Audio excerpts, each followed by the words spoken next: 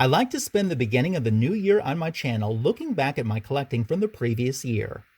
Hello, and welcome to my YouTube channel, where today we'll be continuing my Look Back series by presenting my top 12 back issue pickups from 2020.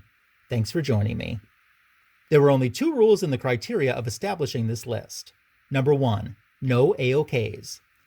Every AOK I have received means something special to me. Each one is different and unique, and means different and unique things to me. I also received more than 12 books in AOKs last year. For those reasons, I don't think AOKs belong on this list. Number 2, no mystery box books or prize wins. I wanted this list to consist of books that when I plunked down my money, I knew specifically what books were coming to me. There's one book on the list that I bought with a gift card win, but there I had control of what book I was bringing into my collection. So with those rules established, let's begin the countdown at number 12. It's Defenders issue number 4. This was a book, especially as a young collector, I never found in the wild but always wanted. It's the issue that's credited as the first appearance of Barbara Norris as Valkyrie. She was gifted these powers by the Enchantress.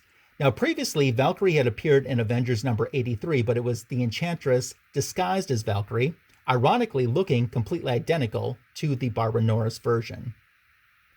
Upon completing this book, I realized that I want to start getting a lot more of the Defenders issues, which should be easy to do. You see a lot of them in the dollar bins, even in nice shape. There's not a lot of keys in this title. This is one of the more bigger keys, but even this one isn't that expensive. I didn't have this book initially on my list of targets for 2020, but I picked it up mail order. I just thought that the timing was right to get it and the price was right, so I pulled the trigger, and I'm really happy that I did. Number 11. If someone said they'd sell you a Shazam number 1 for $3.11, would you pass it by? Yeah, I didn't think so. I certainly didn't. I found a lot of Shazam books on eBay, and when you divided everything down after the shipping, each book came out to $3.11. Just the fact that number 1 was included was the reason that I wanted to purchase that lot. I know it's lower grade, but it still doesn't bother me. I had seen people unbox this book or have it behind them on their wall during their videos, and I always thought, I really kind of want a copy of that for myself. And it's another book that I didn't necessarily target to get in 2020, but when the situation came through, and for $3.11, I'm not going to bypass that. I'm happy that I pulled the trigger with that, and I'm happy that this book is in my collection. And number 10. If you like Batman, you're going to see him a few times in this list, starting at number 10, Batman Family issue number 1. This book, I'm surprised even made the list. Originally, I got a copy of it that wasn't in as nice of condition as I thought it was described in the ad when I purchased it. But then when I got it, inside one of the interior pages, someone had taken a pen and added a mustache to Barbara Gordon, one of the panels. I contacted the seller, sent the book back, and got a refund. I kind of thought that I probably wouldn't be able to get a Batman Family, at least not at that price this year, but I was wrong. Shortly after, I found a copy that was in nicer condition at a better price. So I scooped it up, it's in the collection, and it comes in at number 10. I have half of the Batman Family titles. There were 20 issues in its run, so I still have 10 more to get, and then there's 2 issues of Detective Comics that star the Batman Family that I need to get as well. So that seems like a very achievable item for my 2021 collecting. At number 9, a related title, this is Superman Family, issue number 164, but you could consider it issue number 1. As I've talked about in previous videos, they took Jimmy Olsen, Lois Lane, and Supergirl's titles and rolled them all into one title. Superman's pal, Jimmy Olsen, had the highest numbering of the 3 titles, so they continued the numbering from his series. 163 was the final issue of Superman's pal, Jimmy Olsen. 164 is the first Superman Family issue, so aka it could be number 1. This book is probably the most expensive of all of the Superman Family books. This was going to be in my 2021 goal list, but I saw an opportunity to purchase it in really nice condition at a really good price. I wasn't waiting to 2021. I scooped that thing up as fast as I could, and it ended up in my year-end list at number 9.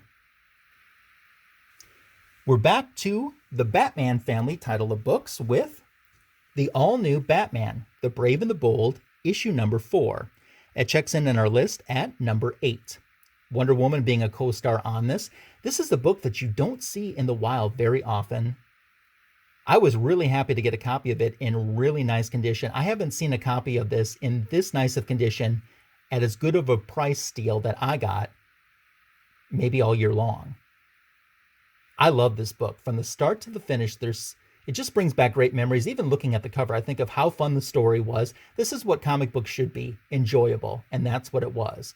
I'm sorry that it's taken me so long to get this into my collection, but I'm certainly happy that I have it. And had I not gotten it, it would have gone into the 2021 top 12 goal list. Let's turn to number 7 right now. Daredevil, issue number 90. This summer I thought, maybe I should consider picking up the Daredevil issues where Black Widow was a guest star and eventually becomes a co-star. And I thought, before I commit to that, maybe I should pick up one of the issues to see if I actually like it. So issue number 90 was the first one that I picked up. I mean, look at that cover. I couldn't resist that. The story was fantastic. Since that time, I've picked up a few other Daredevils that feature Black Widow from this era and run, and I've enjoyed those equally as well. So I've made the full commitment to try to pick up all of the Daredevil issues that contain Black Widow as a guest star or co-star. And that's going to be a 2021 goal, to chip away as many as I can. I don't think I'll complete it in 2021, but I want to add more to it until I eventually can complete it. But the fact that Daredevil number 90 was the book that confirmed my idea to continue this run makes my year-end list. The book at number 6 is another Batman book, Batman Volume 1, issue number 291. This is usually a wall book that you see at conventions or at comic stores because, look at that amazing cover. I would love to have a poster of that cover. That's awesome. This is the first of a 4-part story arc, Who Killed Batman? And in each issue, a different villain tries to take credit for the killing of Batman. It's the testimony of Catwoman in this issue.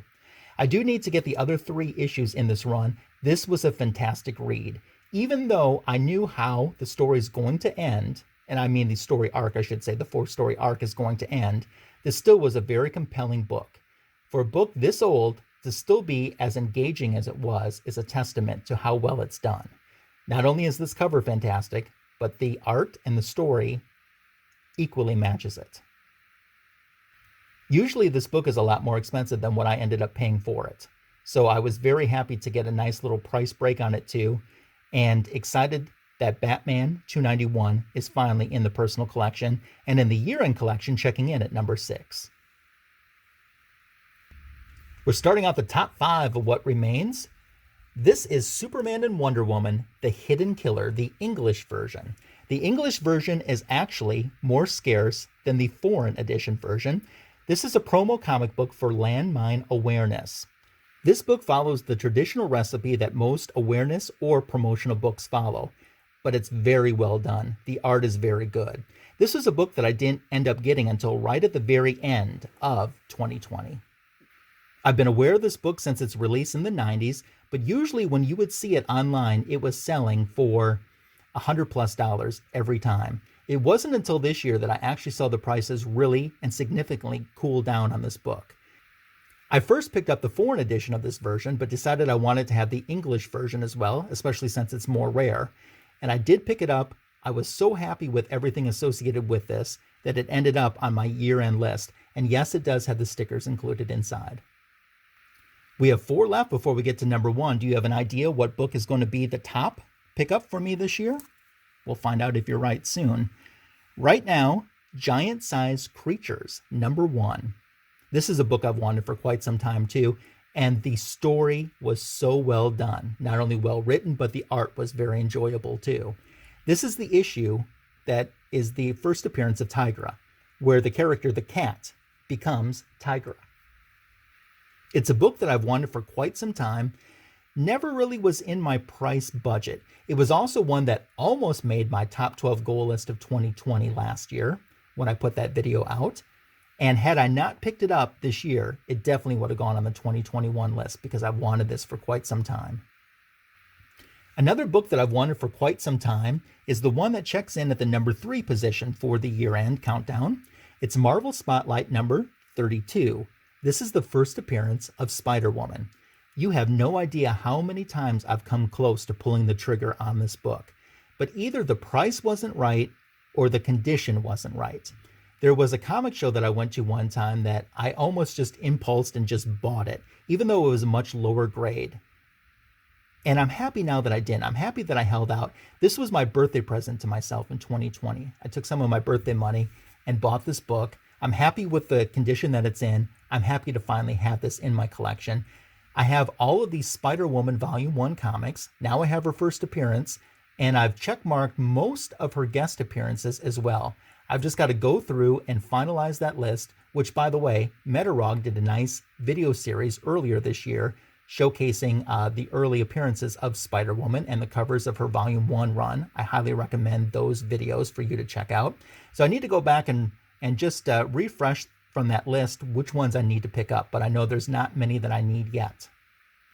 Here's the runner-up book, my number 2 pickup for 2020. It's a book that was going to be my number 1 pickup of 2021. This was going to be it, but in 2020, I was able to get the Silver Age Justice League of America number 9 from Volume 1. This is the origin of the JLA. I received some unexpected money earlier this year, and it was almost enough money to the T, almost. I only had to chip in a little bit more to pick up this comic, and I was so excited that I did. I've seen this comic, not in this nice of condition, at several other places. There's one comic store I saw it at where Flash was completely faded out. He wasn't even pink, he was white, which was odd because he was the only character that was really faded out and the other ones weren't. And they were asking a lot more money than what I ended up paying for this copy of this book. I've always wanted to have this book. As I said, it was going to be the number 1 book for 2021, but now it isn't because I ended up picking it up in 2020. By the way, you can see on my channel my previous video where I listed my top 12 goals for back issue pickups in 2021. If you haven't watched that video yet, check it out when this one wraps up. Well, that brings us to the top position. What do you think my number 1 pickup of 2020 was?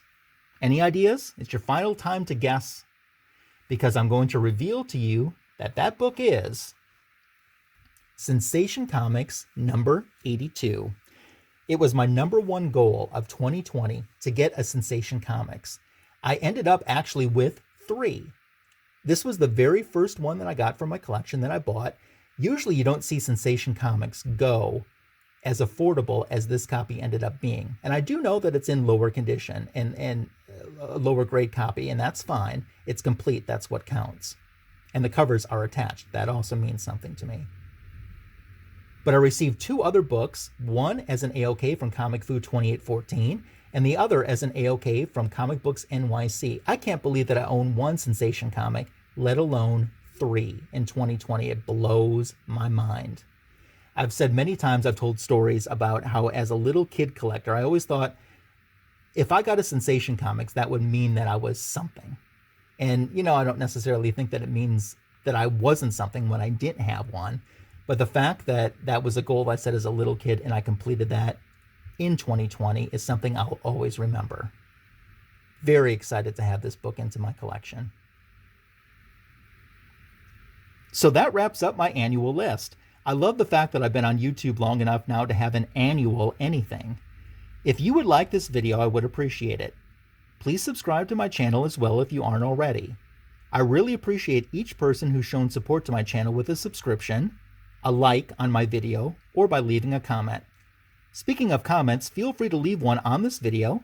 Share with me your thoughts on my list.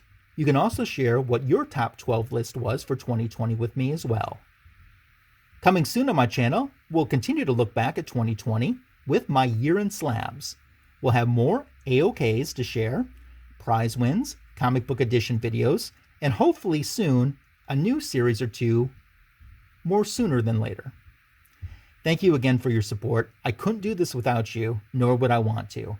I hope 2021 is a year of health, success, and love for you.